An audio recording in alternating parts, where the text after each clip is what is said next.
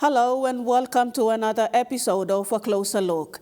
In this segment, we will look at the role media plays in disseminating vital information to the masses and the current saga of fuel rationing in the country. But first, the National Maritime Safety Authority is responsible for matters concerning maritime safety, coordination of search and rescue, and marine pollution prevention in PNG waters. It recently opened its second provincial office in Alatau and is looking at refurbishing and fully equipping other provincial offices in all the maritime provinces in the country.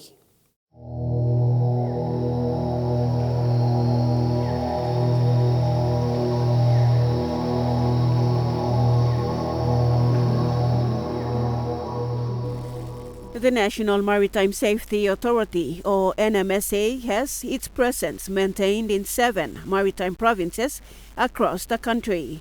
Its primary role is to ensure a clean maritime environment within waters of the country, including preventing and controlling ship-sourced maritime pollution in the waters of Papua New Guinea. Ensuring there is maritime safety through effective regulation and implementation of maritime safety standards, and essentially to save lives at sea. During the official opening of NMSA's provincial office in the Milnebay province last week, Minister for Transport and Civil Aviation Walter Schnobelt reassured the government's commitment towards the work of NMSA in the country. Under the Maritime government Connect PNG program, the Transport and Civil Aviation Ministry intends to continue making headways in addressing issues in the maritime space, both domestically and internationally, such as at the IMO, the Pacific, and APEC. The government is committed to ensuring major maritime transport infrastructures are developed with sustainable funding to maintain the building and its major ports, wharves, and jetties. Papua New Guinea became a member of the International Maritime Organization in 1976. PNG has also been signatory to the following international maritime safety conventions, including Safety of Life at Sea 1974, Load Lines Convention 1966, Tonnage Convention 1969, Collisions Prevention 1972, Standards of Training Certification and Watch Keeping for Seafarers 1978, and Search and Rescue 1979. Papua New Guinea's compliance with these international safety conventions is primarily the responsibility of NMSA, with oversight from the International Maritime Organization. PNG will accede to future conventions as appropriate and applicable to the nation. For the past 3 years, maritime transport industry, its partners and frontline workers have faced challenges due to the COVID-19 pandemic. However, through resilience and determination, maritime provinces such as Milnebay has prospered. With that, the maritime industry will still deliver on much-needed services in the outer islands of Milnebay and other maritime provinces throughout the country. Minister Schnobelt further appealed to the people in maritime provinces to look after facilities belonging to the National Maritime Safety Authority, like lighthouses and rescue ships. Please, I ask the public, every single person here that is looking at me now is responsible to make sure that all equipment that belongs to NMSA is taken care of and is not vandalized by anyone in the public. You are responsible just as much as we are responsible to erect and establish and install such a device. Those devices are there to safeguard and protect you. Now, if you go and destroy them, then how are we going to achieve that protection for you? With the opening of NMSA's provincial office in Alatau, locals have welcomed this project initiative under the leadership of current NMSA CEO Paul Nuas. It's a local person, Display province here, and also a leader for the Kaikoli Theatre Group. We are service providers in Milnebay province, Mipla Hamamas. I'm very happy and I'm very proud of Milnebay that it's the first time this kind that it's a monitoring project of start of Milnebay province, the Mipla Hamamas protect our salt water in Milnebay province, and it's the group that is very. We are very happy that now they're opening. They involve us to open the project here. We are very happy about the project, monitoring project. The National Maritime Safety Authority was established by an Act of Parliament in 2003. NMSA is an autonomous statutory authority responsible for all safety needs of those especially in isolated, rural, coastal and island communities. We will go for a break now and we'll return with more on A Closer Look. Do stay with us. Welcome back to A Closer Look. Mass media plays an important role in education in terms of disseminating useful information in PNG for public consumption. However, according to the research report on media and sexual content 2022, the Office of Censorship stated that if the content of the information is not properly managed, it has the potential to corrupt the mindsets and behavior of people, especially the young generation.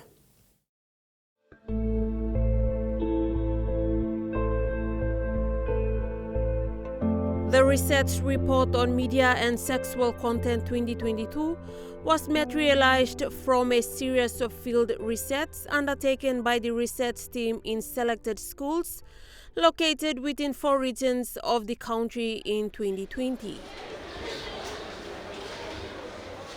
The results are alarming and indicate an urgent need of assessment of young people's exposure to sexual content. Some researchers show that young people who are exposed to sexual content may increase the potential intention to engage in illegal, unethical, and violent behaviors against women and girls.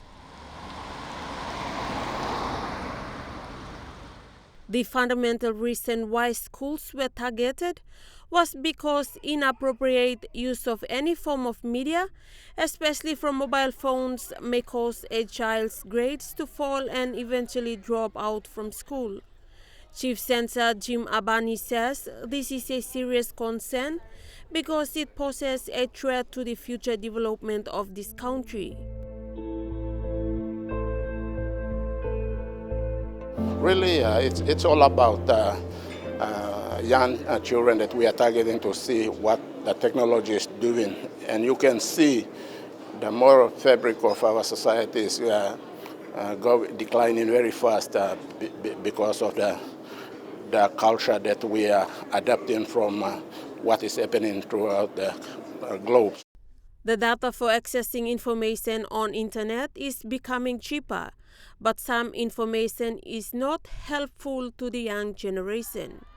This was stressed by the National Research Institute Director, Dr. Osborne Sanida. Of the materials provided by the mass media may have adverse impact on especially the young people. It is important to regulate the materials to avoid distracting them in their education or emotionally or psychologically, and of course their general well-being. So when I say education, I mean both the qualification, academic qualification that they are trying to achieve, but also education in terms of attitude, moral, and ethics. Someone may be qualified academically but still not morally right. So education must encompass both academic as well as ethics. the materials that mass media provide in the country, relevant government agencies should consider drawing lessons from some countries that have done well in these areas, as well as continue to create more awareness about negative impacts that materials such as sexual content and violence can have on young children, and the need for parents to regulate the content of materials that their children access. Minister for Community Development, Youth and Religion Jason Peter also stressed that social media has both advantages and disadvantages, and children are exposed to everything on the internet, which is a big challenge in the country. The technology such as internet and social media has transformed how we generate and consumption information. Information now reaches us through our mobile phone, what we used to get traditionally on the radio, TV, newspapers, books, and magazines, CDs, videos, etc., are now on our fingertips. Information reaching us is not only good, but equally bad, such as political and religious propagandas, pornography, and various forms of misinformation, cyberbullying and harassment, and many more. Our children are becoming more technology savvy, and they are exposed to many of those dangers. There is more evidence, as we found in many schools across our country, on students and having access to mobile phones and internet access. Secretary of the Department for Community Development and Religion, Jerry Ubase, says, "We face so many issues with social media in PNG, therefore students are encouraged to use social media only for educational purposes." All the social media platform has its good side and bad side. From the good side point of view, you can ask your children to look at educational programs. There are so many educational programs in the social media, especially TikTok, that you can see, and also Facebook. It's just that sometimes we move to the other side, which we're not supposed to go. That's why we are doing that. But it's good to encourage our children to look at more educational programs that are posts or apps that are already there. We can come up with certain criteria that government can follow to put restriction to especially TikTok and the Facebook. The government of PNG, through the Office of Censorship, recognizes the need to find a strategy that can be used to restrict access of illegal and harmful materials by children and young people. The Office of Censorship is proposing for internet content filtering system because young people are already exposed to media and sexual content, as it is evident in their negative behaviors. We are now proposing for internet filtering system to be. So we will be. The report will give that evidence to ask the government to support us in terms of internet filtering. But like earlier I said that we got other infrastructures with, for instance, Dataco. We have signed that MOU with Dataco and DICT that we want to ride on with on their National Cybersecurity Center, which will be in operation soon. So we will be. So we're just calling on our stakeholders to assist us while we are proposing for internet filtering system to be placed with censorship office.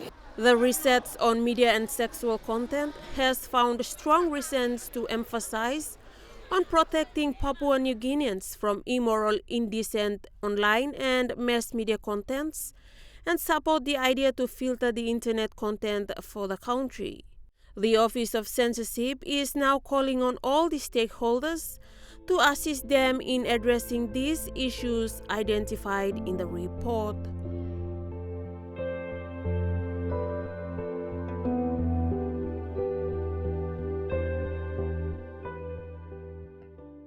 We go for a break and we'll be back. Do stay with us.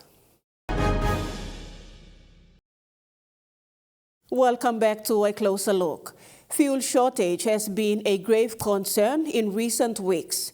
Airline companies have been affected, with some announcements of scaling down on flight schedules nationwide, however, are constantly adamant to resume normal operations soon.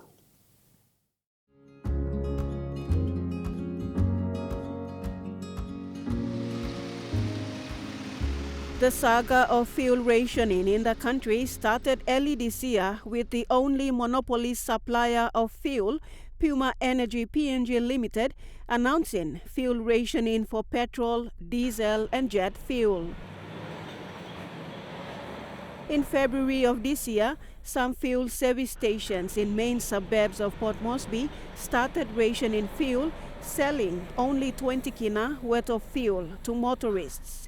According to a statement issued by Puma Energy earlier this year, the unresolved foreign currency constraints had an impact on Puma's ability to source crude oil, hence restricting the supply of all its products.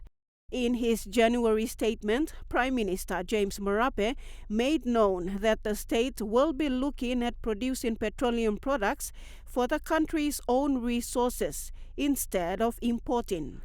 5 months on, and the country is faced with yet another episode of fuel rationing. This time, airline companies have been forced to ration aviation fuel, hence scaling down on flight schedule operations across the country. In recent statements issued by Air Niugini and PNG Air, flight schedule operations were badly affected, with stranded and frustrated passengers also affected. This fuel rationing saga has prompted several other government agencies to help find solutions to this. Commissioner of the Independent Commission and Competition Commission, or ICCC, Paulius Ein, also issued a one-page statement calling on suppliers, distributors, wholesalers and retailers of refined fuel products to increase their coverage in the country in the national interest of fuel supply security. A concern Commissioner Ein suggested for interested players to enter the import market to compete in this industry. According to his statement, it is only the pricing benchmark that any new player must observe, consistent with the refinery gate prices or the import parity prices as agreed upon between the state and Puma Energy. Other than that, import competition is open. Commissioner of Police David Manning, under part of his function as the controller under the National Pandemic Act, also issued a statement issuing directions to end this fuel rationing standoff between the Bank of PNG and Puma Energy. Commissioner Manning explained in his statement that the economic damage caused by the global pandemic still lingers, and this saga of fuel rationing by a disagreement between BPNG and Puma Energy act as a setback for the country's recovery. He said energy security is central to economic stability and public safety. Hence, the government has taken necessary actions to overcome an unacceptable situation created thus far. Similar sentiments were shared by the country's Deputy Prime Minister, John Rosso, and Chief Secretary to the government, Ivan Pomaleu. In a bid to put a stop to this whole episode of fuel rationing, Prime Minister James Marape has appointed a task force team to investigate as to how the Bank of PNG and Puma Energy cannot resolve issues pertaining to the foreign exchange and Puma's businesses. This task force team will comprise of representatives from the Treasury Department, BPNG, IRC, Customs, Department of Petroleum and Energy, along with 2 independent forensic audit firms. According to a media statement released by the Prime Minister's Department, this team will conduct thorough investigations into this whole saga of fuel shortage in the country. For now, All hopes are that a potential long-term solution will be established soon.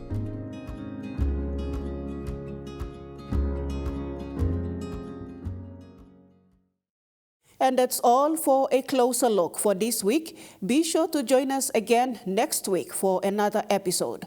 From the rest of the team here, pleasant viewing and good night.